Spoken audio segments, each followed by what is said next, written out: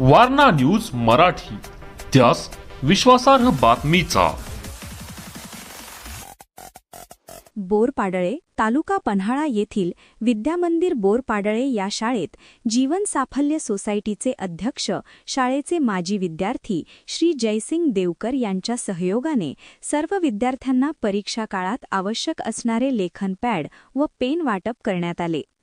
ग्रामीण भागातील मुले बौद्धिक आणि शारीरिक दृष्टीने मजबूत असतात.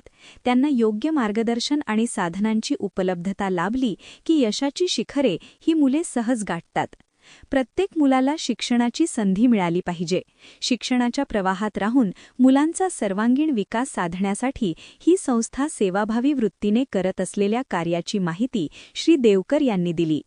कार्यक्रमाचे प्रास्ताविक व स्वागत अध्यापक श्री उत्तम पाटील यांनी केले. यावेळी शाळा समितीचे पदाधिकारी श्री श्रीकांत कुंभार यांचा सत्कार करण्यात आला.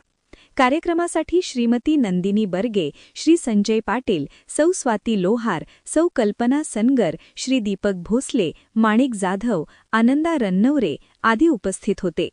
प्रशालेचे मुख्याध्यापक श्री सर्जेराव मेथे यांनी आभार मानले. वारणा न्यूजसाठी बोरपाडळेहून श्रीकांत कुंभार. Subscribe now and press the bell icon. Never miss an update.